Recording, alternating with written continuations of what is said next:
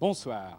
Beaucoup de monde, comme vous le voyez, sur le plateau du studio 101, où en direct, nous ouvrons les guillemets pour la deuxième fois. Beaucoup de monde et pourtant le plus prestigieux de nos invités n'est pas encore là. Arthur Rubinstein, qui ne tardera pas, c'est l'affaire de quelques minutes. Mais vous avez peut-être aperçu au passage Roger Garaudy, Jean-Pierre Melville, Henri Freinet, etc. etc. Grande semaine académique, comme vous le savez, avec deux élections jeudi. On dit que M. André Roussin sera probablement élu et M.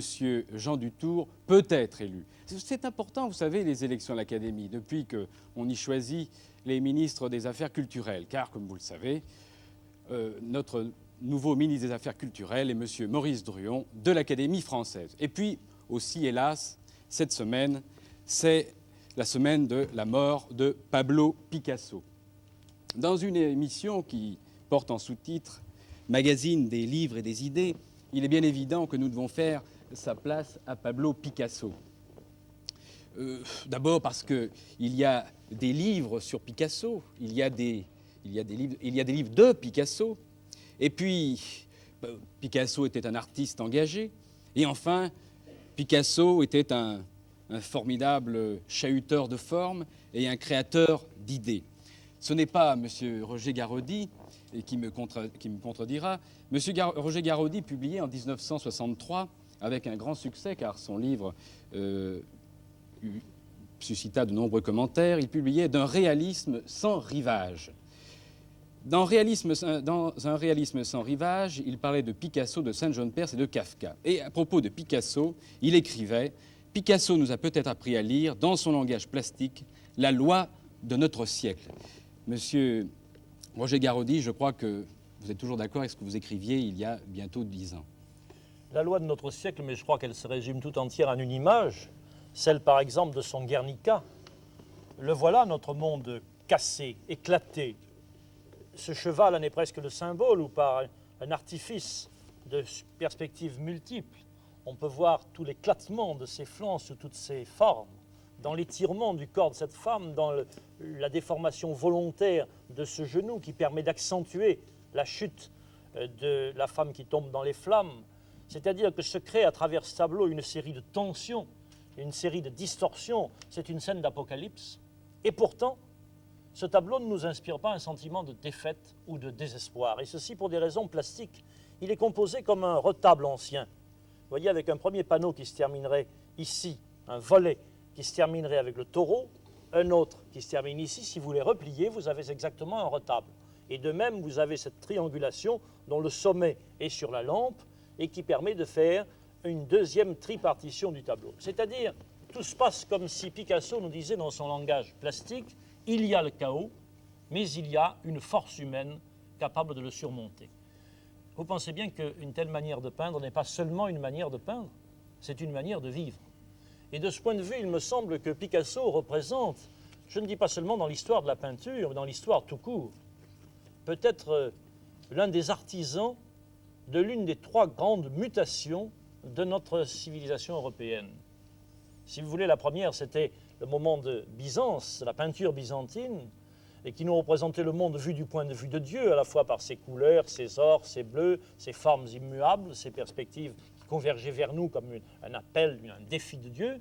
Et puis le renversement qui s'opère à la Renaissance avec Giotto, où cette fois, il n'y a plus seulement des symboles d'un autre monde, mais les objets prennent une consistance, un volume, une pesanteur, et où l'homme devient le centre et la mesure de toute chose, le monde vu du point de vue de l'homme. Et la troisième grande mutation, c'est celle de Picasso. Cette fois, il ne s'agit plus d'une réalité qui serait toute faite. Je crois que le grand enseignement de Picasso, c'est de nous montrer que le monde, c'est une réalité en train de se faire et que nous avons à faire. Il nous montre là qu'il y a plusieurs mondes possibles et qu'il est de notre responsabilité de les faire. Et je crois, de ce point de vue, qu'il n'y a rien de plus révolutionnaire que de nous aider à nous placer du point de vue du créateur. Autrement dit, Picasso était engagé à double titre, au fond. Il n'est pas seulement révolutionnaire, parce qu'il a dit un jour, avec juste raison, je suis allé au communisme comme on va à la fontaine, mais je crois qu'il l'est par toute son œuvre, par cette possibilité d'arrachement réel, par ce défi permanent que nous lance son œuvre, de continuer la construction du monde. Et de ce point de vue, il ramène par-delà 6 siècles de tradition européenne Il ramène l'art à ses plus grandes sources, c'est-à-dire non pas simplement reproduire des apparences du visible, mais rendre visible l'invisible. Si vous voulez, dans un masque africain, on capte des énergies de la nature et on les irradie ensuite par les prestiges et la justice de la danse. Eh bien, je crois qu'une œuvre de Picasso, c'est un noyau de réalité plus dense, et une image comme celle-là est précisément l'image de notre siècle. Et je crois qu'il nous fait faire l'apprentissage de la création. Voyez-vous, il est dit dans la Bible qu'après le 7e jour, Dieu regarda son œuvre et dit « cela est bien ». Eh bien, je crois que ce qui caractérise Picasso, c'est d'avoir peut-être pris la relève d'un Dieu qui serait trop vite satisfait, de nous montrer qu'il reste quelque chose à faire, que cette création est à continuer, et que Picasso est au fond pour nous l'homme du 8e jour de la création. Il n'y a que vous, Roger Garaudy, qui pouviez citer la Bible à propos de Pablo Picasso, j'en suis sûr. Est-ce que vous connaissez aussi Picasso, homme de théâtre, auteur dramatique? Vous savez, quand on est poète, c'est dans toutes les dimensions. Et je crois que ces poèmes surréalistes ou ce théâtre surréaliste... Là, c'est du théâtre. Ça, c'est les 4 petites filles. Et puis ça, c'est le désir attrapé par la queue. Mais c'est un des aspects de son œuvre. Cette façon de rendre poétique deux choses par leur simple rapprochement. Comme lorsqu'il prend un guidon de vélo et une selle de vélo, il en fait le bucéphale. Lorsqu'il prend une caisse et qu'il en fait un ventre de chèvre. Il nous fait une grue avec une pelle, un robinet. C'est là, je crois, cette imagination poétique. Nous regardons ensuite avec défiance ce vélo ou ce robinet parce qu'il prend un sens nouveau, c'est une métaphore de la vie, et c'est ce que nous retrouvons chez lui. S'il n'avait pas été un grand peintre, il aurait probablement été un grand poète, comme Van Gogh, par ses lettres, nous montre qu'il aurait été aussi un grand écrivain s'il n'avait pas été un grand peintre.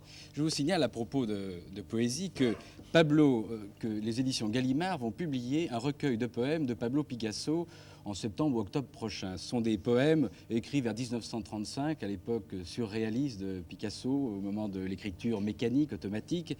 Et ces poèmes sont écrits tantôt en français, tantôt en espagnol, et certains sont traduits par Pierre Dex et Aléro Carpentier. Et d'ailleurs, dans un livre de Pierre Dex, intitulé tout bonnement Picasso, l'homme et son œuvre, et aux éditions Sommogy, eh bien, on peut apercevoir, je ne sais pas si la caméra nous le montrera bien, un poème de Picasso à écriture automatique, vous voyez, écrit de sa propre main, avec des majuscules.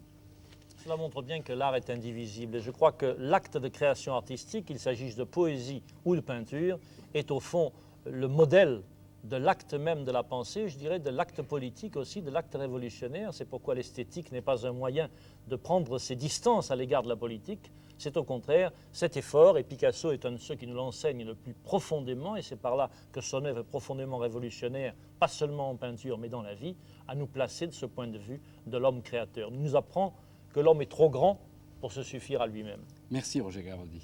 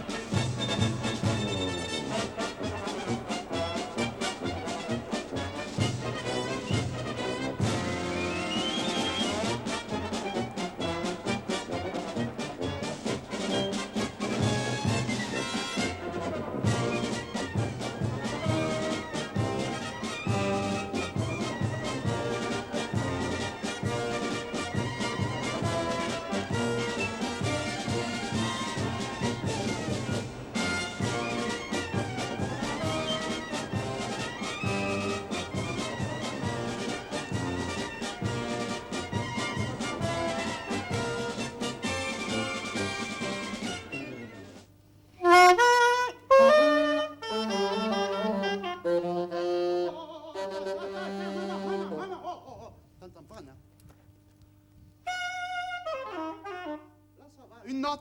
Donne une note.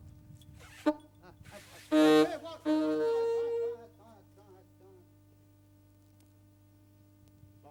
Picoline, dehors. Picoline, dehors. Tiens. Non, non, non, non, non.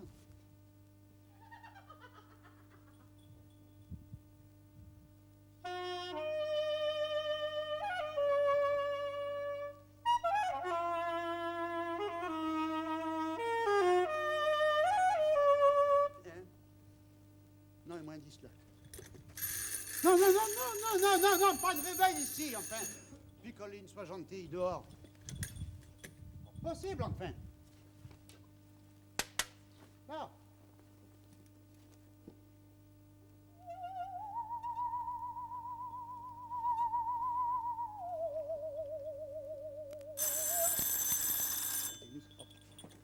Qu'est-ce qu'il y a? Hein? Quoi? Musique? Hein? Avec ça? Allons-y.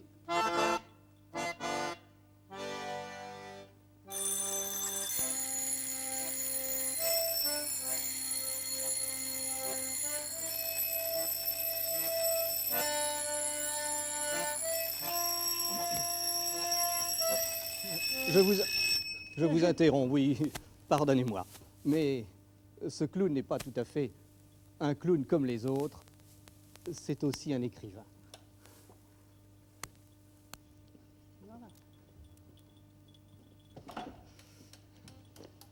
Et oui, c'est aussi un écrivain. Vous êtes écrivain, Marie-Noëlle Péloquin, car vous avez publié tout récemment aux éditions du Seuil un roman qui s'appelle Picoline. Pourquoi Picoline? Parce que c'est mon nom de piste. Ça vient de... C'est Géry, mon partenaire, qui l'a trouvé. Parce que comme mon nom c'est Péloquin, il dit c'est Péloquine, Pécoline, enfin des choses comme ça. Et puis aussi ça rappelle que je suis née dans le pays du bon vin. Parce que Picoline, ça veut dire un peu picoler. Qu'est-ce que vous dites dans ce roman? Je raconte des histoires, enfin une histoire. Et une histoire d'amour, c'est encore à la mode, je crois. Et puis je raconte aussi le voyage et la promenade, et les villages et puis tout ça. Mais pas le cirque, alors comment êtes devenu clown? Comment devenir clown?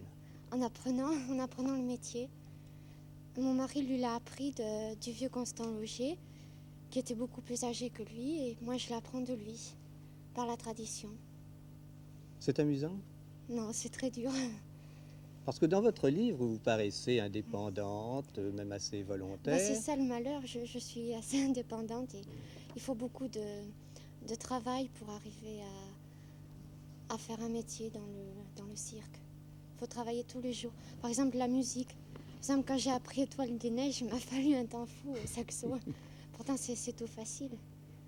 Il faut beaucoup répéter. Enfin, il y a des choses qui me sont moins difficiles que la musique. Vous avez le trac?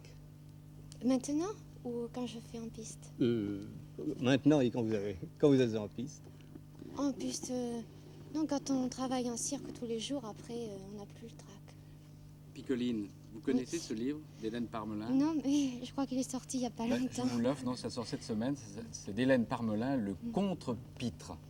C'est avec sous-titre Entrée de clown.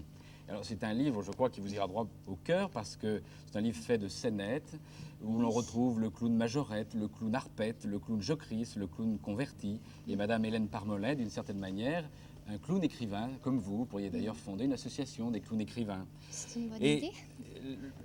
La curieuse rencontre, c'est qu'Hélène Parmelin, vous le savez peut-être, connaît très bien Picasso, elle connaît très bien l'œuvre de Picasso, et elle a écrit au moins 2 ouvrages sur Picasso qui font autorité. C'est Picasso sur la place, et puis ce livre aussi, Picasso dit, qu'on trouve aux éditions Gontier.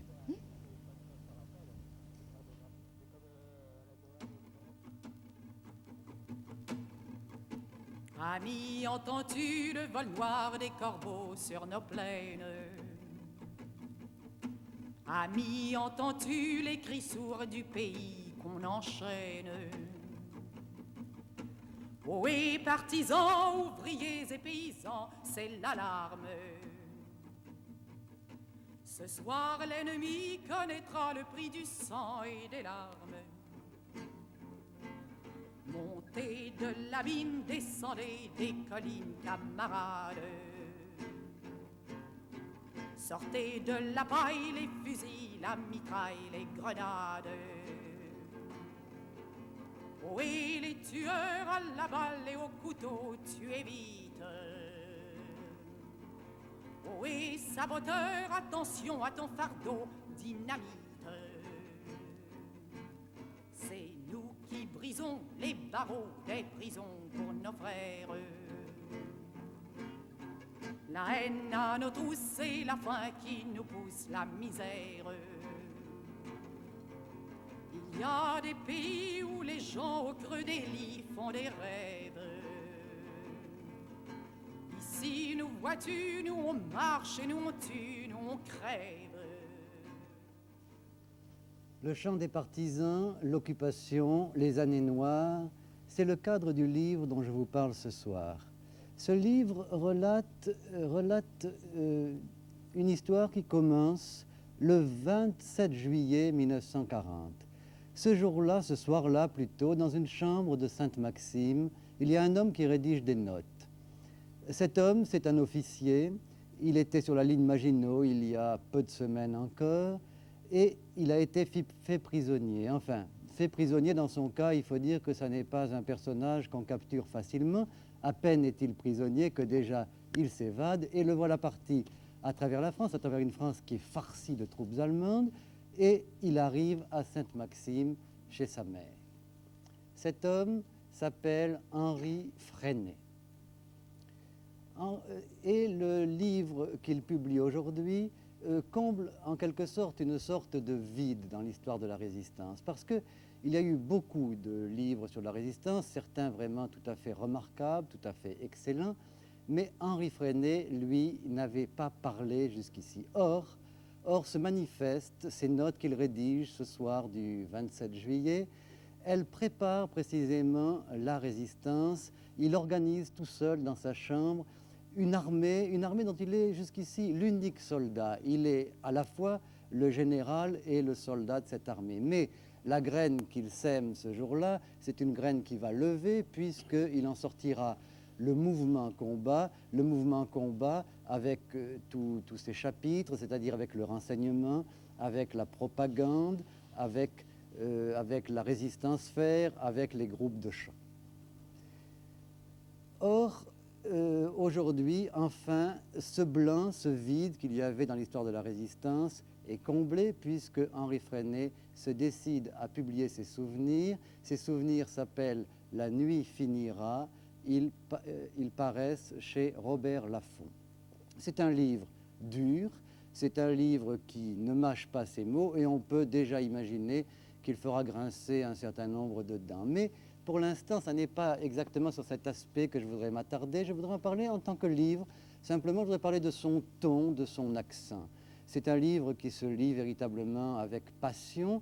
Pourquoi avec passion? Parce que Henri Freinet nous donne à voir cette province de l'ombre qu'était la France occupée.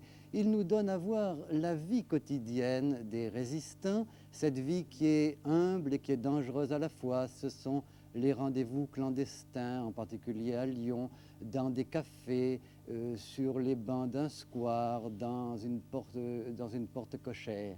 Il nous donne aussi à comprendre ce que fut la passion de ces hommes, ce que fut leur héroïsme, ce que fut leur peur aussi, avec les exécutions, avec les trahisons autour d'eux, avec les tortures. Il nous montre aussi qu'il y avait, parmi ces hommes, parmi ces femmes qui bordaient sans cesse la mort, il nous montre qu'il y avait une véritable joie, une véritable exaltation aussi, celle de la fraternité. Et ce que je voudrais ajouter, c'est que ce livre, en somme, nous restitue tout un pan immense de notre passé. Il nous montre des hommes qui parfois passent comme des silhouettes furtives. Ils ont disparu, ces hommes, nous ne savons plus ce qu'ils sont. On a d'autres, on ne sait même pas ce qu'ils furent. C'est-à-dire qu'il y a des anonymes aussi qui sont des personnages du livre. Il y en a un, moi, qui m'impressionne beaucoup. Un soir, Henri Freinet est à son bureau de Lyon, à son PC, donc de combat, et il reçoit un coup de téléphone. Il y a une voix au téléphone qui lui dit « Henri Freinet, demain matin, de très bonne heure, Monsieur X va venir vous voir. Va venir vous voir, je vous le répète, de très bonne heure, est-ce que vous m'avez compris ?» Et Henri Freinet dit « Oui, j'ai compris, bien sûr, il avait compris. » Monsieur X était le chef de la police de Lyon. Henri Freinet prend ses clics et ses claques, les bureaux de combat disparaissent. Mais qui était cette voix mystérieuse au téléphone? Aujourd'hui encore, nul ne le sait. En plus de tout cela, Henri Freinet nous conduit d'un théâtre de la guerre à l'autre. C'est-à-dire qu'il nous conduit de Lyon à Marseille, de Marseille à Toulouse, de Toulouse à Paris, mais aussi de Lyon à Londres, par exemple. Et là, il y a un voyage, je crois qu'il se situe en 1942, il me semble, qui est assez fascinant parce que d'un jour à l'autre, le tableau change complètement. C'est-à-dire que Lyon, c'est la résistance, c'est vraiment le combat de l'ombre, ce sont des hommes seuls, des hommes traqués. Et à Londres, au contraire, Henri Freinet arrive dans une ville qui est évidemment profondément mutilée, mais qui est une ville libre. Alors, le contraste est vraiment saisissant. D'un côté, ce sont ces soldats qui vont tant bien que mal, tout seuls, qui cherchent tout de même à travailler, mais ils se connaissent mal entre eux, il y a des liaisons difficiles. Et de l'autre côté, au contraire, cette immense machine de guerre qui ronronne avec régularité. Et si je m'attache à cet épisode, pour terminer, ça n'est pas seulement à cause de son romanesque, c'est parce que je crois que cet épisode revêt une signification politique après tout. Après tout, s'il y a eu des divergences entre les hommes de l'intérieur et puis les hommes de Londres, peut-être est-ce aussi parce qu'il y avait une distance sidérale entre les hommes de Londres et les hommes de France. Il y avait des siècles de distance, d'une certaine façon, entre les deux guerres, ces deux guerres qui se tramaient ensemble, qui étaient la même guerre, mais qui avaient des volets, des aspects différents. D'un côté, c'était les hommes de l'état-major, c'était des hommes qui conduisaient la guerre en scientifique, et de l'autre côté, c'était des hommes qui peut-être sortaient des écoles d'état-major, mais qui en tout cas étaient de toute façon obligés d'être des sortes de soldats de l'an 2. Et il fallait qu'ils réinventent la vieille guerre des humiliés et des offensés. Il fallait qu'ils inventent la guerre révolutionnaire, la guerre subversive. Et peut-être une partie de l'incompréhension entre Londres et la résistance vient de cette distance. Voilà ce qui, pour moi, est une des choses importantes dans le livre d'Henri Freinet. Bien sûr, c'est un livre d'histoire important, il met des choses au point. C'est en outre un livre polémique et je crois vraiment qu'il va faire flamber les passions, il devrait les faire flamber. Pour mon compte, ce que je retiens tout de même, peut-être d'abord, peut-être avant tout cela, c'est qu'il donne à entendre la lointaine rumeur de la résistance, il ressuscite de vieilles images qui nous reviennent grâce à lui et tout soudain du fond de la nuit. Henri Freinet est à nos côtés. Et Henri Freinet, est-ce qu'il faut vous dire, monsieur le ministre, parce que vous avez été ministre après la guerre. Oui, c'est un titre qui reste, mais j'y tiens pas tellement. Non, vous n'êtes pas. Alors je vous dirais simplement, monsieur, et je vais vous poser cette question, comment vient-il à l'idée d'un militaire de carrière de fonder un journal? Ça, c'est quand même une curieuse idée pour un militaire, non? Pas tellement, car à l'époque, partout, on nous mentait. Vichy mentait ou se taisait. Il fallait donc trouver le moyen d'essayer de dire la vérité et de la répandre. C'est l'un des besoins les plus pressants que nous avons ressentis, notamment en zone libre. Malheureusement, nous n'avions aucun moyen. J'étais moi-même un demi-solde et les camarades que j'avais recrutés autour de moi étaient pauvres. Cependant, on a commencé parce qu'il faut toujours commencer par un bout. Et ce bout, ça a été tout simplement, à Vichy, au début de l'année 41, une machine à écrire. À distance, ça paraît risible. Alors, on a fait une frappe, puis deux frappes, puis 6 frappes, puis 10 frappes, avec Bertie Albrecht. C'est comme ça que, très modestement, nous avons commencé. Et si je me reporte 2 années après, 2 ans et demi après, la même organisation qui, Dieu merci, s'était étoffée, publiait, je parle à la meilleure époque, c'est-à-dire celle où la Gestapo ne nous avait pas porté le coup trop rude, sur 14 imprimeries en même temps, un volume de papier, des petits papiers d'ailleurs, qui représentaient parfois 1 million d'exemplaires par mois. Mais naturellement, on n'a pas atteint ça en un jour. Il y a fallu du temps, beaucoup d'efforts et beaucoup de sacrifices. Alors après la machine à écrire, nous sommes passés à la Ronéo. Comme vous le voyez, le cycle est normal. Alors au lieu de 10 frappes, on n'en a fait qu'une, mais on tirait à 500, à 800, à 1000 exemplaires. Mais comme notre organisation se développait, que la demande augmentait, que les régions que nous avions tant bien que mal constituées, on demandait de plus en plus de nos papiers, Alors un jour, nous nous sommes dit, il faut passer à l'imprimerie. Alors là, je vous arrête, monsieur Freinet, car j'ai, je crois, une bonne surprise pour vous. Vous parlez à un moment dans votre livre de monsieur Martinet, imprimeur à Lyon, à Villeurbanne exactement. Exact. Monsieur Martinet a été le premier imprimeur du premier numéro de Combat. On peut dire même qu'il a été, je crois, sans me tromper, le premier imprimeur des journaux de la Résistance. Peut-être pas. Mais enfin, disons l'un des premiers pour mettre toutes les choses à leur place. Très bien. Eh bien, je suis allé à Villeurbanne pour voir monsieur Martinet. Il y a bien longtemps, je ne l'ai vu. Monsieur Martinet, cette machine sur laquelle vous travaillez, c'est la machine sur laquelle a été imprimé le premier numéro de Combat clandestin. Le premier numéro de Combat clandestin qui avait été précédé par Petites aides et vérités. Et alors racontez-moi, dès février 41, comment devient-on un imprimeur de la Résistance? Par tempérament, évidemment. Évidemment que je n'étais pas ni pour les Allemands, ni pour Pétain, même étant d'ailleurs ancien du Parti socialiste. Et alors, comment vous avez été contacté? J'ai été contacté par Madame Bertie Elbrecht, par l'entremise de mon camarade Dargaud, qui est d'ailleurs mort en déportation. Et Henri Freinet, vous l'avez vu? Henri Freinet, je l'ai vu 2-3 fois, qui venait chercher ses imprimés. Et vous savez, pour un capitaine d'aviation, charger porter les valises pleines d'imprimés, ce n'était pas du sucre. Et d'ailleurs, c'est peut-être le premier ministre, que j'en ai connu quelques-uns, que j'ai vu porter des valises. Et quel était votre nom de résistant, monsieur Martinet? Ils ont cherché longtemps avant de m'appeler Dupont. Est-ce que vous voulez nous montrer comment vous imprimiez Combat? Eh bien, voici. Une première passe, la page 1. Une deuxième passe, la page 2. Une troisième passe, la page 3. Et une quatrième passe qui terminait l'imprimé. Évidemment, les compositions étaient différentes. La 1, 2, 3, 4. Et alors, quand j'ai été arrêté par la police française, ils n'ont plus retenu l'imprimeur clandestin parce que j'imprimais 2 fois plus grand que la machine que j'avais. C'est ce qui m'a permis de ne rester que quelques heures en prison. Donc le premier numéro de Combat avait 4 pages et vous l'avez tiré à combien d'exemplaires? Environ 5000, si mes souvenirs sont bons.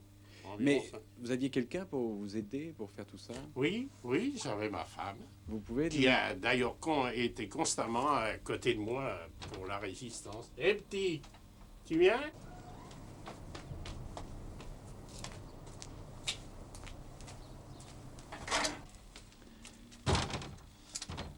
Madame Martinet, vous étiez donc la collaboratrice de votre mari dans cette activité fort dangereuse, à savoir imprimeur de la Résistance. Parlez-nous de la peur, de l'angoisse d'être arrêté.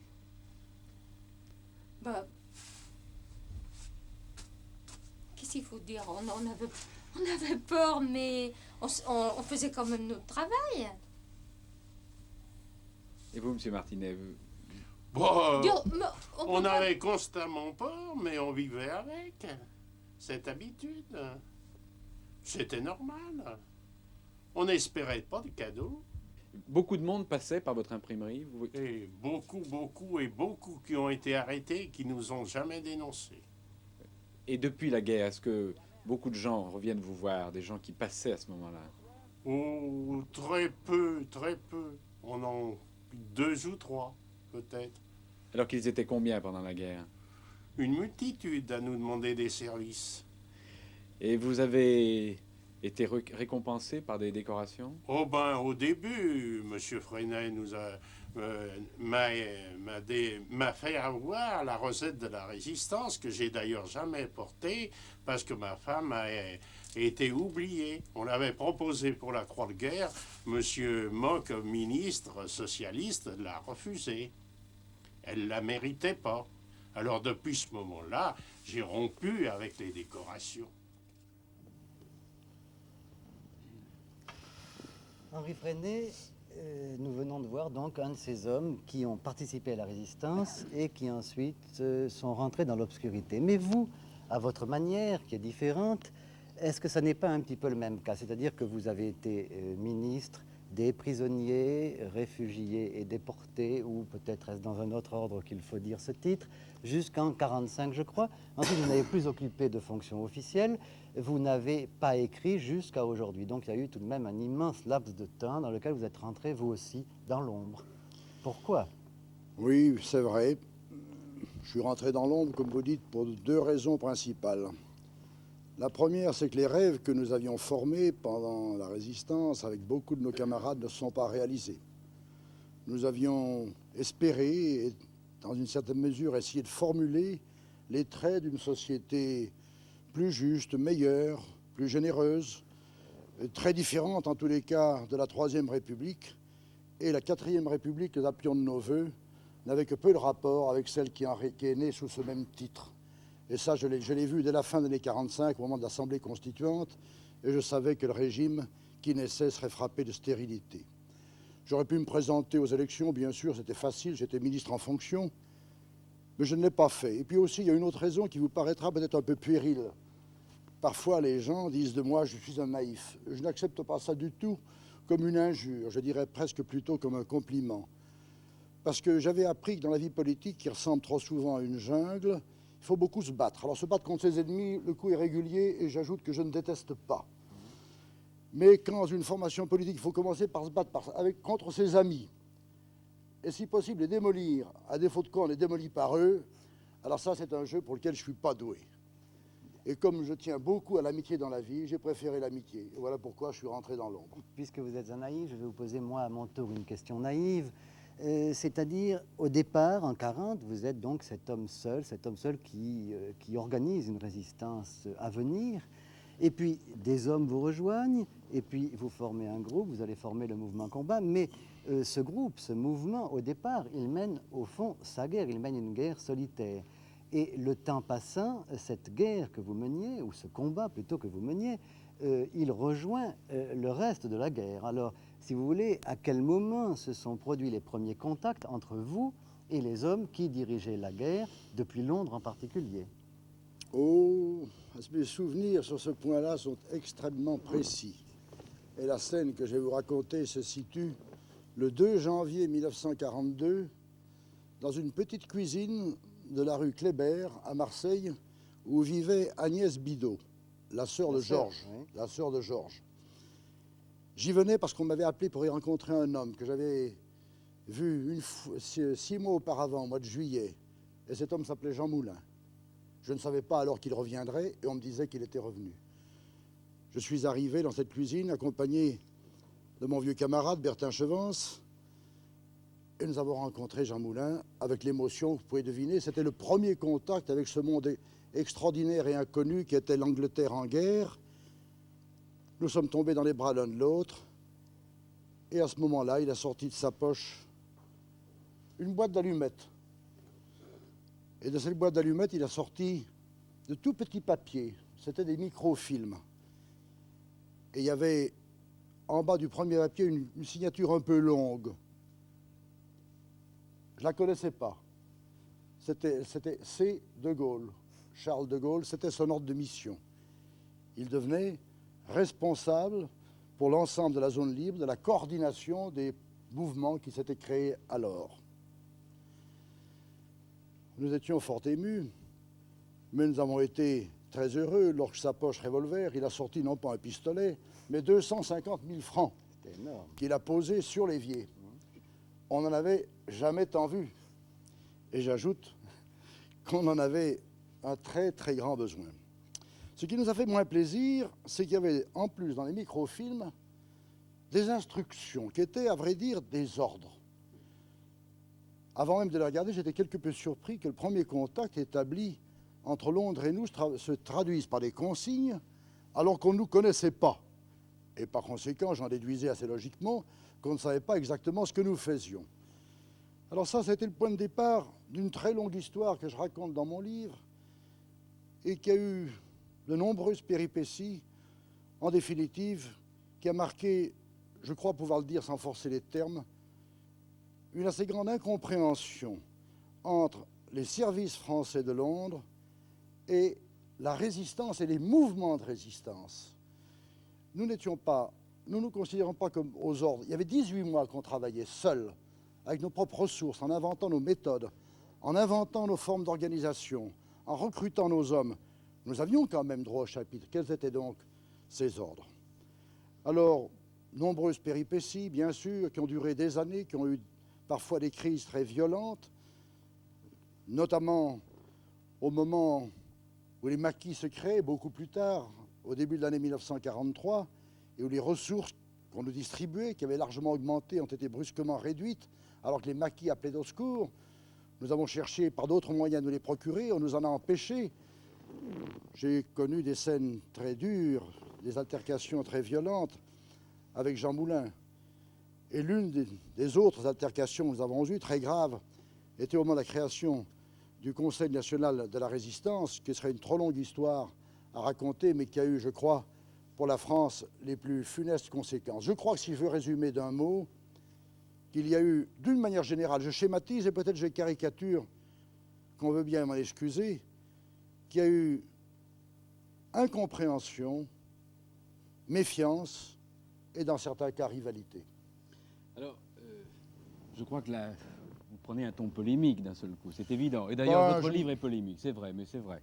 Et vous ne vous en cachez pas. Et il y a là, autour de vous, 4 résistants qui ne sont peut-être pas tout à fait de votre avis là, sur certains rapports Londres-Résistance.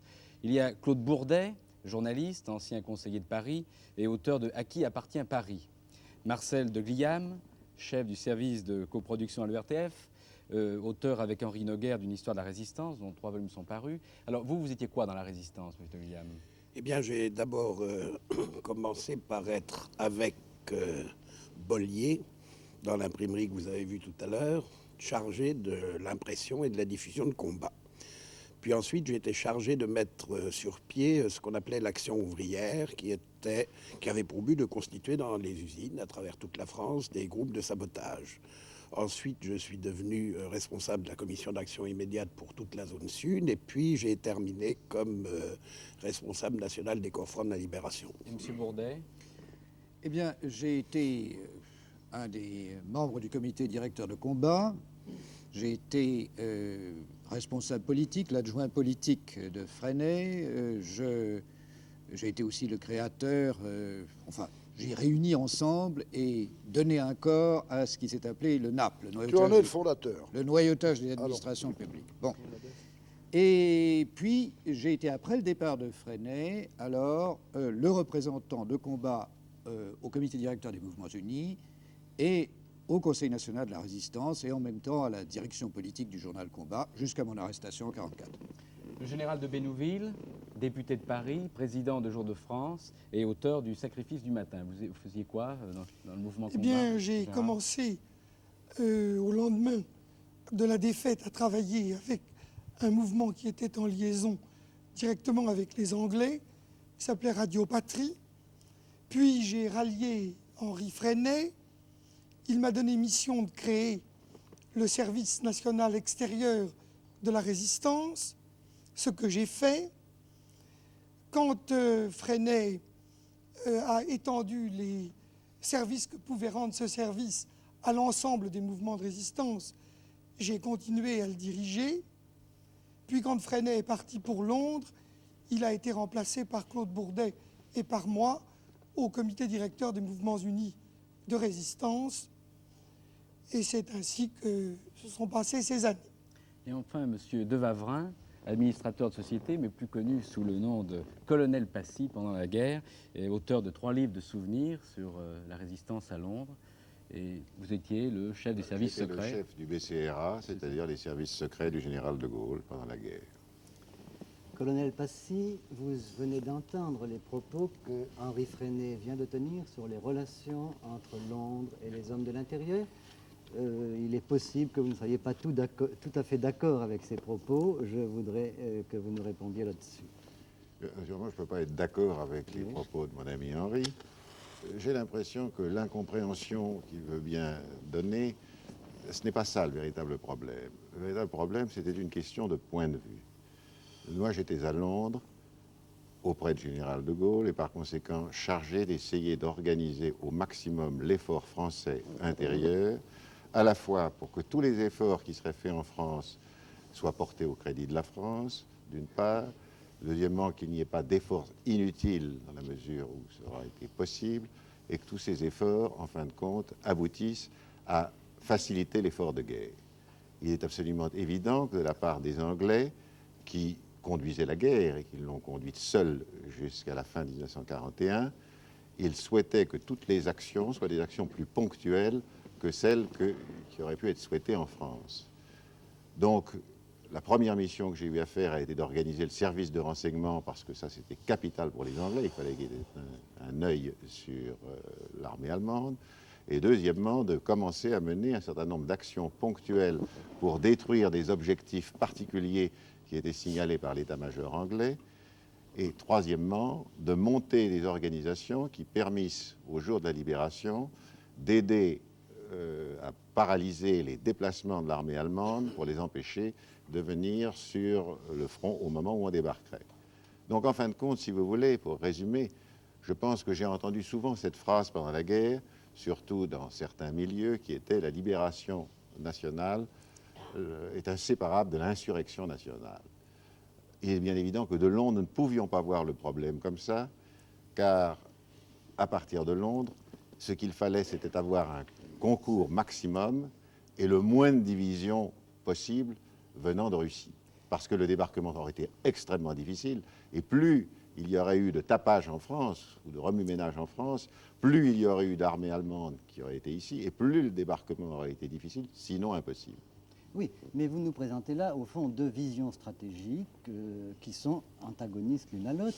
Mais est-ce que, en outre, dans cette incompréhension, et peut-être M. Freinet peut me répondre, ou quelqu'un de vous, dans cette incompréhension, il n'y avait pas le fait qu'au fond, vous ne vous connaissiez pas? C'est-à-dire que vous étiez tout de même, vous vous battiez sur deux planètes différentes, au départ en tout cas. Non, je crois qu'on s'est tout de même bien connus à partir de connus, et je dirais très estimés. Oui.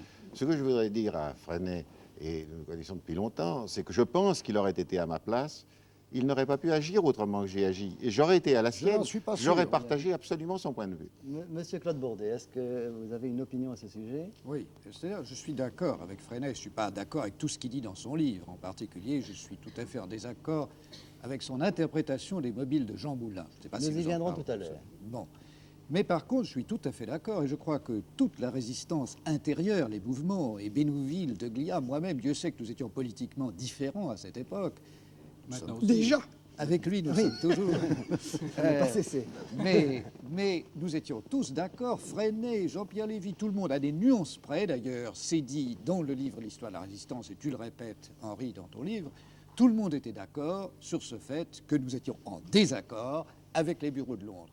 Je crois, en effet, qu'il y a une question de point de vue et qu'il y a, je donne raison au colonel Passy, il était difficile de voir les choses autrement quand on était à Londres, et il était impossible de les voir autrement quand on était chez nous.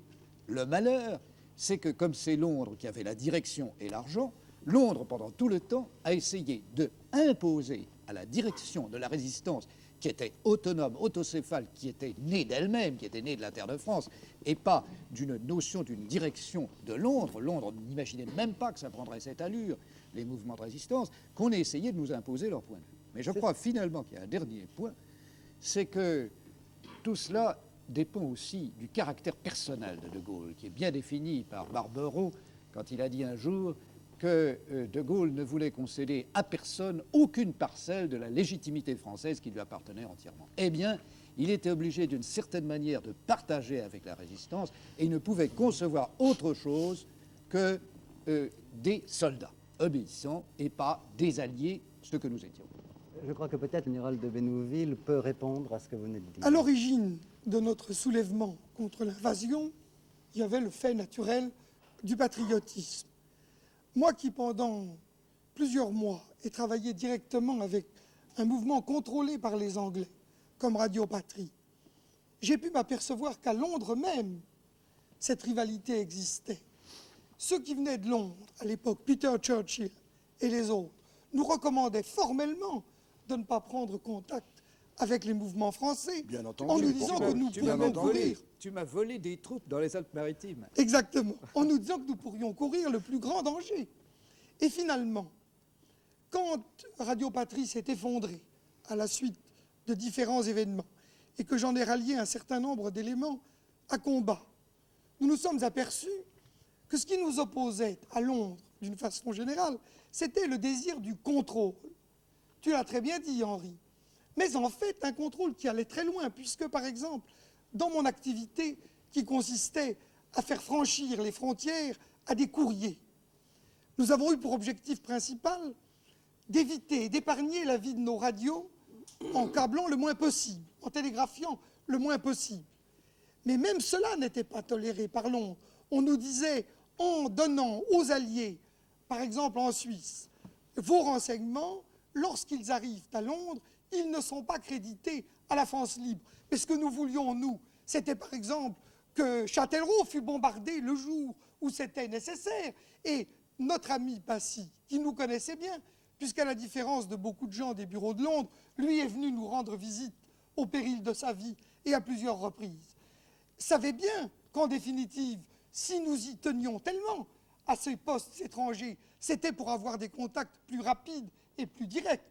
Et plus sûr. Il me paraît alors peut-être nécessaire tout de même d'aborder le problème qui a été rapidement tout à l'heure évoqué par Claude Bourdet, c'est-à-dire de parler de l'homme qu'a été Jean Moulin, qui au fond a été la courroie de transmission entre Londres et la Résistance. Alors sur ce point, vous avez un certain nombre de positions assez précises, Henri Freinet. Il y a une chose qui est sûre, que personne ne discute et personne ne discutera jamais, c'est que Jean Moulin est l'un des très grands héros de la Résistance. Personne ne peut le contester. Arrêté dans les conditions que l'on sait, il n'a pas dit un seul mot alors qu'il détenait tous les secrets. Par conséquent, nous devons avant toute chose rendre hommage à sa mémoire. Ceci étant dit, son action a revêtu un caractère politique. Il est donc permis de porter un jugement. Dans mon livre, j'émets une hypothèse au profit de laquelle j'amène un certain nombre d'arguments qui, à mes yeux, ont valeur de preuve. Mais je sais bien que la politique, car il s'agit de politique, n'est pas une science mathématique. La conclusion à laquelle je suis parvenu, c'est que Jean Moulin a en fait été ce qu'on appelle un crypto-communiste, et qu'en définitive, la plupart de ses actions ont concouru à servir le Parti communiste. Bon, c'est une hypothèse brutale. Je crois que, je m'excuse de le dire à mon ami Freinet, je crois que c'est absurde. Et je pense que... Attention, je peux dire la même chose de toi tout à l'heure. Mais je crois qu'il serait intéressant d'ailleurs de demander tout à l'heure à De Gliam, qui lui, à l'époque, était communiste ou très proche du parti. Communiste, bon teint. Nous ne le savions pas. Mais il ne s'en cache pas, il s'en est caché à l'époque. Enfin, moi, je savais qu'il était syndicaliste unitaire et je savais parfaitement ce que ça voulait dire. Qu'un dirigeant de syndicat, syndicaliste unitaire, ça voulait dire le PC ou tout comme. Claude, est-ce qu'on peut faire remarquer en passant qu'il était avec nous parce que ce syndicaliste unitaire devait réorganiser à partir des individus le mouvement des ouvriers contre l'occupation que les syndicats n'avaient pas pris en charge. Bien sûr. Bien, je pense, d'ailleurs, Henri le sait bien, je pense comme j'ai la même opinion que Claude par rapport à son jugement sur Jean Moulin, qui, après tout, n'était qu'un bon radical socialiste de gauche. Quand Henri indique dans son livre également qu'une des preuves pour étayer son accusation de crypto-communisme est l'orientation politique des gens qu'il avait choisis dans son propre cabinet, qui sont Chambéron, Meunier, Chambéron, Manès, Farge. Qui tous étaient aussi d'excellents radicaux socialistes, qui avaient tous appartenu plus ou moins au cabinet. Et après la guerre, qu'est-ce qu'ils étaient? Et qui sont redevenus radicaux socialistes par la suite. Manès par ailleurs, pour en revenir à un autre aspect des choses, puisque nous avons abordé tout à l'heure, mais pas terminé, le problème de nos rapports avec Londres, il est bien évident que notre position à nous, en France, était également sur ce plan-là une position politique, parce que la différence de conception entre le BCRA à Londres et l'état-major allié à Londres, avec notre propre position sur la guerre de guérilla était fondamentalement différente et ne pouvait en aucun cas s'accorder. Notre problème à nous était d'attaquer les Allemands sur notre territoire, par nos propres moyens et par tous les moyens, y compris le sabotage dont j'étais chargé, y compris d'autres méthodes, comme de faire dérailler les trains, etc. Et que pour cela, nous avions besoin de matériel. Que par conséquent, nous ne pouvions pas être tout à fait d'accord avec le point de vue du BCRA. Oui, moi, je voudrais donner simplement 2 arguments. On ne peut pas prendre les 11 arguments qu'Henri Freinet donne. Tu les as comptés? Je les ai comptés pour tendre à prouver que Moulin était proche du Parti communiste. Mais je peux donner 2 indications. La première, c'est que les communistes et nous étions absolument d'accord sur l'action immédiate. Exact. Et que Moulin était 100% contre. Et la principale bataille a été de Moulin, du général de Lestrain, des services de Londres, pour les raisons qu'indique tout à l'heure le colonel Passy, contre nous et les communistes. Alors Mais ça, ce il y n'était avait pas un la- désaccord politique. Deuxième chose, deuxième élément, très important aussi, c'est que la création du Conseil national de la résistance, qui est une chose sur laquelle il y a un point d'interrogation sur son utilité, Henri Freinet pense que c'était néfaste, je crois que c'était néfaste aussi, mais inévitable. C'est très différent. Moi, non. Mais je pense... On n'aura pas le temps de le prouver. Mais je Non, pense, c'est que ça n'a, dommage. je pense que ça n'a pas servi particulièrement le Parti communiste, en tout cas pendant toute la période où Moulin était là. Et je pense que Moulin aurait pu dire que c'était le meilleur moyen de noyer le Parti communiste dans les autres partis pour compenser l'infériorité politique des dirigeants de la résistance. Le colonel Passy, je pense. Oui, j'aurais voulu dire un mot sur le Jean Moulin, parce que je l'ai très bien connu. J'ai fait mes sauts de parachute lorsqu'il a été faire son entraînement de parachute à la fin de décembre 1941. Je l'ai accompagné. J'ai donc vécu pendant 8 jours avec lui entièrement et fait tous mes sauts avec lui. Et je suis persuadé, pour l'avoir vu bien par la suite et avoir été dans des relations très amicales, qu'il n'a jamais été du tout proche des communistes. Je partage l'opinion de Gliam là-dessus et de Bourdet. Et Brossolette, qu'est-ce qu'il pensait? Non, il pensait qu'il y avait peut-être des gens inquiétants autour de lui. Mais quant à le loyalisme de Jean Moulin n'a jamais été en cause par rapport au général de Gaulle. Ce que je veux vous dire, c'est que j'ai vécu aussi les débuts du Conseil national de la résistance et l'idée. Elle a été amenée par Moulin. À mon avis, Moulin avait une formation de préfet. Il avait été un personnage de la Troisième République. Son idée était une idée manifestement de concentrer les pouvoirs. Et lorsqu'il a été désigné par le général de Gaulle comme son représentant en zone sud, il a réagi normalement comme un haut fonctionnaire de la Troisième République, sous les pouvoirs ici, normalement, et il n'a pas accepté de se séparer. Et la façade vis-à-vis de l'étranger aussi. Je vois qu'au fond, vos dissensions demeurent. Il reste une chose entre vous, et je trouve ça admirable, c'est que bien que vos chemins à tous soient extrêmement divergents, vous avez entre vous une sorte de fraternité qui est au fond le vrai souvenir du combat. Je voudrais vous proposer maintenant un autre document. C'est un livre qui a été écrit par Gottlieb Fuchs. Gottlieb Fuchs, c'est un homme, c'est un Suisse allemand. Il a été interprète de Barbie. Barbie était celui qu'on appelait le bourreau de Lyon. C'était le chef de la Gestapo à Lyon.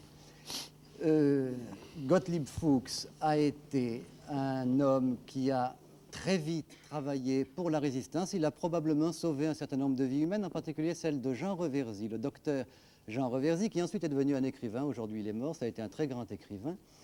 Et Gottlieb Fuchs vient de confier à un journaliste ses souvenirs.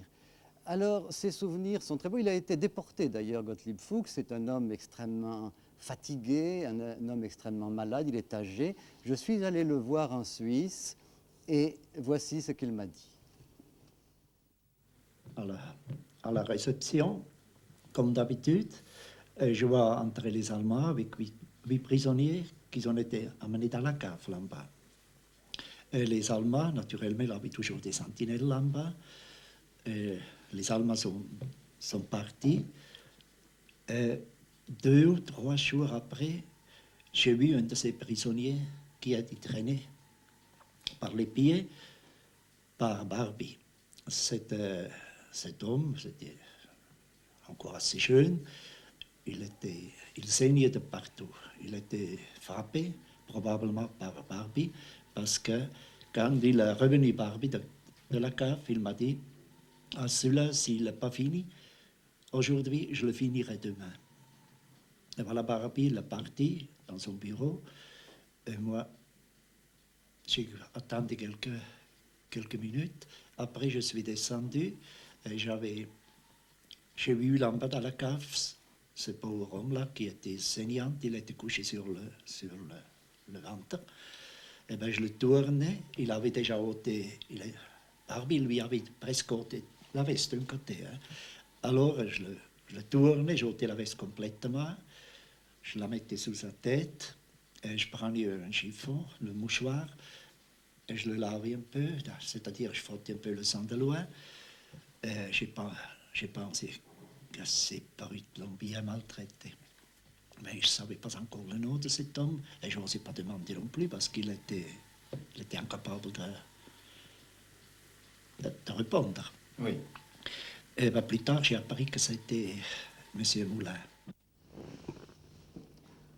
François-Michel Gonod, vous êtes journaliste à combat, du combat actuel, et vous êtes né en 1949, c'est-à-dire 4 ans, 5 ans, 6 ans, 7 ans après tous ces événements. Alors vous avez lu le livre de Freinet, vous avez vu ces films, vous avez entendu ces messieurs, qu'est-ce que vous pensez de tout ça? Tout d'abord, la première constatation, c'est que, même au risque de choquer certains de ces messieurs, pour moi, c'est l'histoire, c'est un passé que je connais, que je ne connais pas, que je ne connais qu'à travers les témoignages que ces hommes qui l'ont vécu, disons, ont laissé.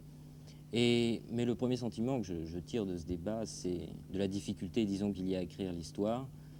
Et sur ce point, disons que c'est avec un grand intérêt que j'ai lu le livre de M. Freinet, parce que sur de nombreux points, en particulier sur Jean Moulin, sur les rapports qui ont existé entre la résistance d'un côté et Londres, disons que M. Freinet va à l'encontre de pas mal de points de ce que je pourrais appeler l'idée reçue d'une doctrine, disons, plus ou moins officielle.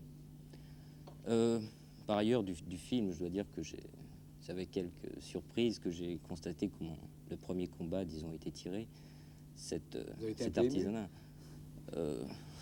Ému, c'est beaucoup dire. Est-ce que quand vous passerez par Lyon, Villeurbanne, vous irez dire bonjour à M. Martinet? J'aimerais. Eh ben, c'est très bien. Merci beaucoup.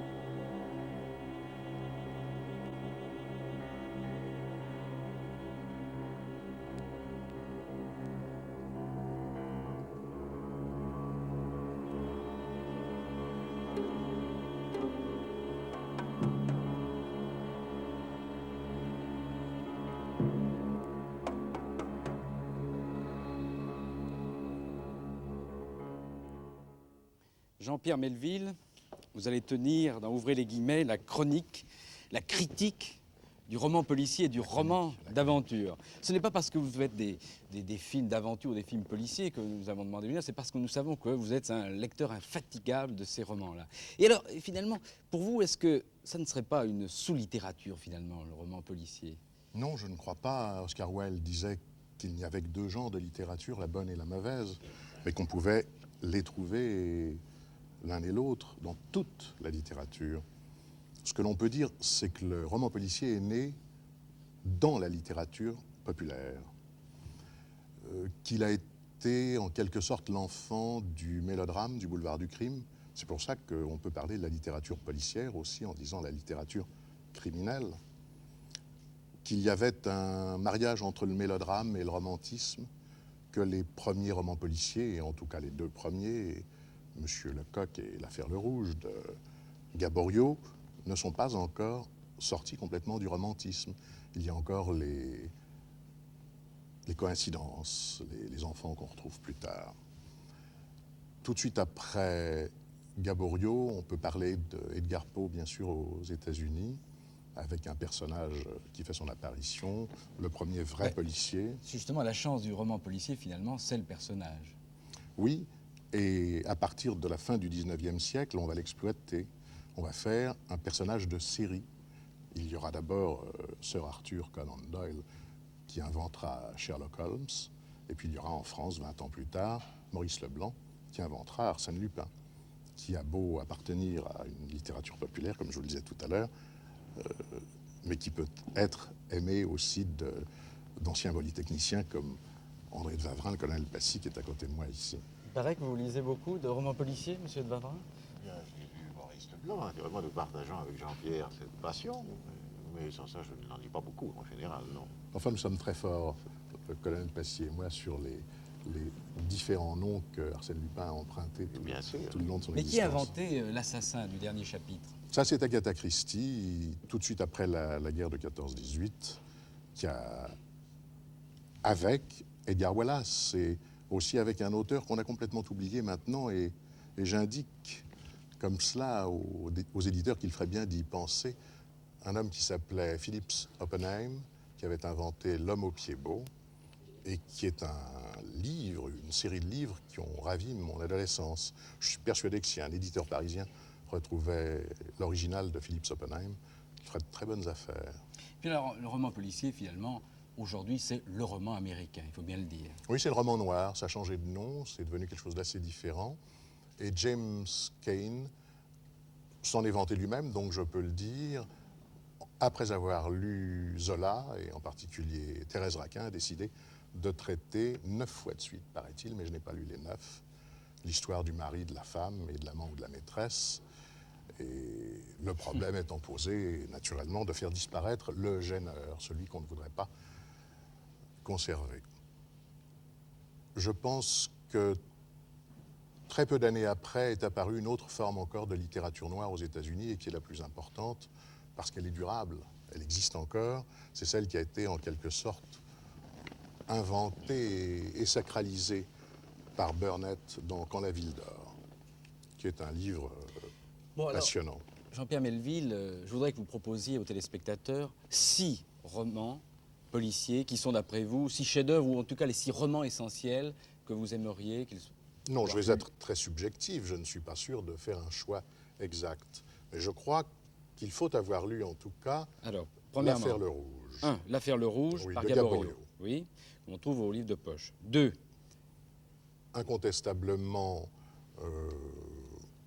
Une étude de Conan Doyle? Oui, le premier Sherlock Holmes, une étude en rouge. Oui. Naturellement, alors, Arsène Lupin, gentleman cambrioleur. Arsène Lupin, gentleman cambrioleur. De Maurice Leblanc. Oui. 4. Le meurtre de Roger Ackroyd. D'Agatha Christie. Très important livre. 5. Le James Cain. Oui, le facteur sonne toujours 2 fois, ou Assurance sur la mort, mais le facteur sonne toujours 2 fois. Oui, qui sera réédité par Poche Noire dans 1 mois environ. Et enfin, 6e, vous avez droit à 6 titres. Quand la ville dort, de Burnett. Je crois que c'est un bon choix pour la première semaine, en tout cas. À bientôt, Jean-Pierre Melville. Merci.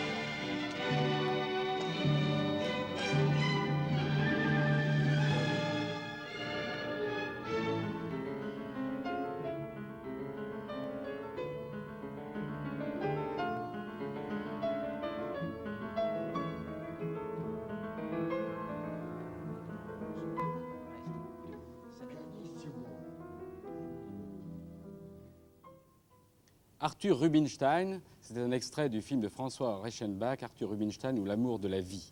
Arthur Rubinstein vient de publier le premier volume de ses mémoires, Les jours de ma jeunesse, publié chez Lafon. Et François-Régis Bastude les a lus. François-Régis Bastude, vous êtes romancier, vous êtes directeur de la collection Solfège, de l'édition du Seuil. Et évidemment, vous connaissez très bien l'œuvre d'Arthur Rubinstein. Je connaissais surtout Rubinstein comme pianiste, pour l'avoir beaucoup entendu. Oui, là, vous l'avez concert. lu, là. Et là, j'ai découvert un Rubinstein que je n'attendais pas. Car quand on dit Rubinstein, on a toujours tendance à penser à quelqu'un qui se met au piano et qui, avec beaucoup de facilité, joue généralement Chopin avec un brillant extraordinaire. On pense que c'est très facile. Or, en lisant ce livre, je dis tout de suite un livre de professionnel, car c'est très rare que quelqu'un qui a connu une vie comme celle de Rubinstein prenne la peine d'écrire lui-même, comme un vrai professionnel, un livre comme celui-là, qui a 650 pages et pour lequel vous me laissez probablement 4 minutes, ce qui, évidemment, est insuffisant.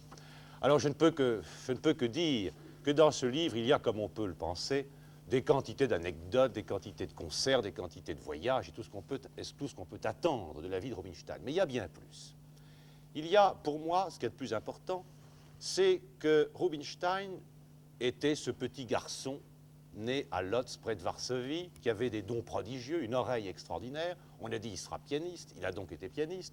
Mais la musique ne semble pas, au début, être la base de sa culture. Et ce qu'il y a d'extraordinaire, c'est qu'il a eu un professeur qui s'appelait Altman, qui lui a fait lire des livres. Ce qui est très rare chez les musiciens, même aujourd'hui. Il a lu tout. À 11 ans, à 12 ans, il avait lu les romanciers russes, il avait lu les philosophes. Et il lisait plus qu'il ne travaillait la musique. Il raconte à ce sujet, si je me mets à raconter une anecdote, nous sommes fichus, j'en ai pour une demi-heure au moins, mais il y a un petit tableau que j'aimerais poser sur cet écran. C'est le petit Rubinstein qui préfère lire Anna Karénine que travailler son piano, et alors qui a posé sur le pupitre Anna Karénine. Et puis sa main gauche seule fait des exercices purement mécaniques, comme il faisait tout à l'heure devant les enfants qui sont là. Et puis, à droite, il y a des cerises, à gauche, il y a des chocolats, et tantôt il prend des cerises avec la main droite, tantôt des chocolats. Pendant ce temps, la main gauche travaille, et pendant ce temps, il lit Anna Karénine. Alors, tout n'est pas aussi drôle, bien sûr, la vie de ce jeune pianiste, car le livre a 650 pages, mais il n'a que 30 ans quand il est fini. C'est une vie, finalement, très dure. C'est très difficile de devenir Rubinstein. Ça suppose une abnégation folle, surtout quand on est très doué pour le bonheur, ce qui est le cas de Rubinstein, qui préférait visiblement le bonheur au travail, et puis qui avait une vie romanesque. Je ne peux pas dire à quel point cette vie est romanesque. Il y a naturellement des dames, il y a du poker, il y a un duel, il y a des dettes, il y a des hôtels dont on est chassé parce qu'on n'a pas de quoi le payer. Il y a des humiliations comme je ne pouvais pas imaginer qu'un grand musicien comme Rubinstein avait pu en connaître. Des humiliations quand il n'a pas eu le prix qu'il aurait dû avoir à Saint-Pétersbourg pour des raisons raciales, il y a bien longtemps de cela. Des humiliations aussi parce que c'est terrible de courir le cachet quand on ne sait pas encore qu'on va devenir un des plus grands pianistes du monde. Je pense à cette anecdote vraiment qu'il raconte avec beaucoup de charme et de gentillesse où une dame lui avait demandé de venir jouer du piano chez elle, et où il est là, il joue du Chopin. Ce n'est pas un concert privé comme on pourrait le croire, mais c'est une dame et un monsieur avec qui il a des rapports très, très galants, cette dame. Et alors, Rubinstein a repoussé les fleurs qui étaient sur le piano, on a soulevé le couvercle, et dans le couvercle, il joue Chopin, et il voit que cette dame et ce monsieur ont une conversation, disons, galante. Et à la fin, il part avec ses 2000 lires. Je crois que ça se passait à Rome, et c'était 2000 lires. Je ne peux pas en dire beaucoup plus sur ce livre parce que je n'ai pas le temps. Ce que je voudrais dire simplement, c'est que on peut être très reconnaissant à Rubinstein d'avoir écrit ce livre. Le reste, s'il ne l'écrit pas, je ne sais pas où il en est, je ne sais pas s'il a commencé le deuxième tome. Le deuxième tome, c'est relativement plus facile parce que des quantités de gens peuvent le raconter. Celui-là, il n'y a que vous qui pouviez le dire, et vous l'avez dit avec une chaleur, une tendresse, un humour, malgré toutes les pages sombres de votre vie, qui font que on peut avoir envie de devenir Rubinstein quand on est des jeunes gens, des jeunes filles comme ça, mais on s'y reprend à deux fois. On a envie d'être très doué d'abord. Merci. François-Régis Bastide. Et justement, voilà des des enfants qui sont tous des membres des Jeunesses musicales de France. Maître, ils sont là à vos pieds. Ils sont tous élèves du conservatoire de Corbeil-Essonnes et ils brûlent tous de vous poser des questions. Ils ont lu votre livre. Je vois comme ça des yeux très impatients. Oui, Mais je vous dis une chose, moi je suis très navré que vous avez raconté des choses scabreuses sur moi à de jeunes personnes comme ça, de mon livre. Ils ne sont pas censés de lire. Alors qui veut poser je vous défends de lire ce livre. Mais ils l'ont lu, ils l'ont lu, ils l'ont lu. C'est fait. Alors, Quel est celui qui veut poser la première question? Je suis perdu. Mais quand j'avais votre âge, je lis aussi toujours des livres qui m'ont été défendus, vous savez. Maître, il y a Jean-François qui veut... Jean-François est trompettiste et il veut vous poser la première question. Maître, je voudrais savoir à quel moment avez-vous vraiment eu le trac? Le trac, chaque fois que je dois donner un concert, je l'ai pire que jamais maintenant. Ça veut dire la première fois, enfin, quand je suis devenu un peu plus grand. Vous savez, quand j'étais un petit garçon, non. Parce que là, je n'ai pensé qu'à une grande boîte de chocolat qu'on m'avait promis quand j'ai finirai, n'est-ce pas, de jouer. Mais je n'avais que 6 ans. Alors là, vraiment, c'était un peu trop. Mais quand j'avais déjà 10 ans, 12 ans, où il fallait être responsable, où j'avais un professeur très sévère, avec une grande barbe comme ça, vous regardez comme ça, alors j'avais une peur épouvantable avant de jouer. Mais, une fois devant les pianos, d'habitude, ça me quitte, ce trac-là. Parce que ce n'est pas... Il y a 2 manières de trac. Il y a une manière, c'est d'avoir peur devant le public. La peur de jouer en public. Ce sont des gens qui jouent merveilleusement bien à la maison, mais dès qu'ils voient un public, alors leurs jambes commencent à trembler, ils oublient un peu ce qui se passe. Ça, ce sont des gens auxquels je conseille de ne pas donner des concerts du tout. Mais l'autre genre, le mien, ça c'est le trac de la responsabilité devant les compositeurs, devant l'œuvre. Le trac, n'est-ce pas, si on est tout à fait d'aplomb, si on est en force, si on peut vraiment répondre à toutes les émotions qu'on sent, voilà, c'est ça. Frédéric. Mais une fois devant le piano, on perd complètement cette sensation et on est dans l'œuvre, voilà. Maître, si vous répondez trop longuement à ce jeune homme, vous allez mécontenter tous ces petits Mais il m'a camarades. demandé une question très entenue. Mais vous savez qu'ils vont vous poser des questions terribles. Frédéric est flûtiste. Maître, que faites-vous avant et après un concert? Que faites-vous avant et après un concert? Eh bien, avant, j'ai le trac, je viens de raconter cela. Oui, mais après? Ça veut dire que je bâille, je pense que j'ai mal au bras, n'est-ce pas? Je pense que mes doigts ne marchent pas, je pense que je n'ai pas de mémoire, voilà. Ça, c'est avant le concert. Après le concert, je dois dire que peut-être c'est un phénomène spécial, mais je ne suis jamais fatigué. Et même, je crois que je suis champion de ne pas transpirer. Je suis l'homme qui ne transpire pas, voilà. Après un concert, ma chemise, même avec un effort énorme dans une salle chaude, reste complètement bonne pour le prochain concert si je veux. Je change quand même de chemise, rassurez-vous. Et je suis complètement d'aplomb. Et puis je suis le seul qui ne suis pas fatigué. Je crois que quelquefois mon public devient fatigué après un long concert, mais moi pas. Alors je vais souper avec des amis. Ma femme, très souvent, donne un souper succulent, merveilleux. Et on reste très tard avec des amis. Et je suis le seul qui ne suis pas fatigué à la fin, qui les supplie de rester encore. Je suis le dernier de penser à me coucher. Voilà. Sylvie est guitariste. Suivante question. Sylvie, voilà. Maître, vous écrivez que vous n'aimez pas les enfants prodiges. Pourtant, vous semblez en avoir été un. Sylvie vous dit que vous n'aimez pas les enfants prodiges et elle dit que pourtant vous en avez été un. Non. Vous savez que la question doit être exacte.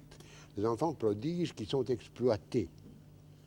Évidemment, Mozart, c'était un enfant prodige que j'aurais, adoré, vous comprenez bien. Et tous, nous étions tous des enfants prodiges comme talent, parce que le talent se révèle immédiatement. On est né avec un talent comme avec un 6e sens. La même chose que de voir ou d'entendre, ou quelque chose comme ça. Mais l'exploitation de l'enfant prodige, voilà où je suis très hostile à cela. Vous comprenez ce que je veux dire? Vous comprenez le papa et la maman qui promènent ce bébé-là, ont un phénomène de cirque, n'est-ce pas? Il joue son affaire, le père touche l'argent, et on le promène comme ça, et puis après, il devient ou un imbécile, ou peut-être il réussit quand même de devenir quelque chose, mais c'est très mauvais pour lui, voilà. Parce qu'il doit apprendre comme les autres, il doit grandir comme les autres, il doit mener une vie normale. Bruno est pianiste. Maître, Pianiste? Oui, pianiste. Alors? J'ai lu dans votre livre cette phrase. Je reste convaincu qu'un interprète de talent peut ennoblir tous les morceaux qu'il joue s'il est un recréateur et non un simple exécutant. Alors je voudrais savoir comment vous arrivez à redécouvrir, donc à recréer, un morceau que vous avez joué des centaines de fois. Je ne les découvre pas. J'ai envie de répéter ce que mon cher Picasso a dit. On ne cherche pas, on trouve. Moi, je ne cherche, n'est-ce pas, enfin, vous comprenez, je n'ai pas besoin de chercher longtemps, quelque chose comme ça. Quelquefois, je développe une idée, mais au fond, c'est l'inspiration du moment. Voyez-vous, chaque jour est différent, chaque lumière est différente, nous sommes différents. Chaque jour, nous sommes des êtres différents, parce que c'est justement le jour du lendemain, n'est-ce pas, le surlendemain. Alors, tout devient différent. Les affaires du monde, les affaires des choses, on regarde les choses autrement. Eh bien, quand je me trouve devant le public en jouant pour la 1000e fois la polonaise de Chopin, elle devient complètement nouvelle. Les gens que je vois devant moi sont des gens qui sont censés ne jamais l'avoir entendue avant. Alors, voilà, je leur raconte cette chose avec le nouvel homme que je suis ce soir-là. Et la composition même devient tout à fait nouvelle pour moi. Claire est flûtiste. Maître, vous écrivez que vous n'aimez pas la poésie car c'est une musique qui chante faux, qui sonne faux. Ne trouvez-vous pas cela injuste? Vous avez appris ça dans le livre, oui?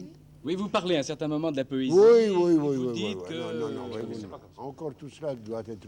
Je ne suis pas écrivain. Je vois maintenant que j'ai fait beaucoup de fautes. Je ne savais pas bien m'exprimer. Mais c'est les traducteurs. Mais voilà, vous voyez bien. C'est très bien. Ils ont compris que j'ai détesté les enfants prodiges, maintenant que je déteste la poésie. Non. Voyez-vous, la poésie, je considérais toujours comme une cousine de la musique. C'est un titre de noblesse énorme pour moi.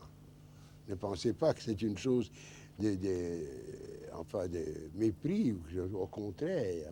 Seulement, elle me gêne, parce que comme la musique exprime des passions très violentes, elle exprime des choses quelquefois même tout à fait défendues à sentir, tout ce que vous voulez au monde, mais elle me permet de l'exprimer puisqu'il n'y a pas de points sur les i, il n'y a pas de paroles. Mais la poésie veut exprimer justement des sentiments extrêmement forts, n'est-ce pas, quelquefois très violents, des choses qui gênent. Enfin, je sais seulement que quand j'étais très jeune, comme je suis sensible et un peu honteux de choses, enfin, de sensations un peu trop violentes, justement, j'étais gêné quand des jeunes filles, dont c'était la mode, commençaient à déclamer des vers.